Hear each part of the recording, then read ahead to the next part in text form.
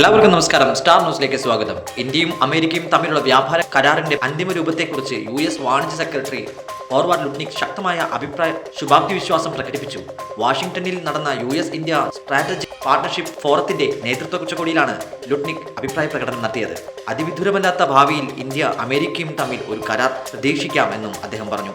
അവർ ഇന്ത്യയിൽ ശരിയായ വ്യക്തിയെ പ്രതിഷ്ഠിക്കുമ്പോൾ ശരിയായ വ്യക്തിയെ മറുവശത്ത് പ്രതിഷ്ഠിക്കുക ഞങ്ങൾക്കത് കൈകാര്യം ചെയ്യാൻ കഴിഞ്ഞുവെന്ന് എനിക്ക് തോന്നുന്നുവെന്നും അദ്ദേഹം പറഞ്ഞു. വ്യാപാര സന്തുലിതാവസ്ഥ സൃഷ്ടിക്കുന്ന രാജ്യങ്ങൾക്ക് മേൽ പരസ്പര താരിഫ് ഏർപ്പെടുത്തുമെന്ന് US പ്രസിഡന്റ് ഡൊണാൾഡ് ട്രംപ് അടുത്തിടെ പ്രഖ്യാപിച്ചതിനെ തുടർന്ന് ഇരു രാജ്യങ്ങളും വ്യാപാര കരാർ ചർച്ചകൾ ശക്തമാക്കി. എന്നിരുന്നാലും പിന്നീട് ജൂലൈ 8 വരെ ചൈന ഒഴികെയുള്ള രാജ്യങ്ങൾക്ക് താരിഫ് 90 ദിവസത്തേക്ക് താൽക്കാലികമായി നിർത്തിവെച്ചു. വാഷിംഗ്ടണിൽ നടന്ന US ഇന്ത്യ സ്ട്രാറ്റജിക് പാർട്ണർഷിപ്പ് ഫോറത്തിന്റെ 8ാം പതിപ്പിൽ നടത്തിയ അദ്ദേഹത്തിന്റെ പരാമർശങ്ങൾ വ്യാപാര കരാറുകൾ ത്വരിതപ്പെടുത്തുന്നതിനുള്ള ട്രംപ് ഭരണകൂടത്തിന്റെ ഗണ്യമായ മുന്നേറ്റത്തെ അടിവേരിടുന്നു.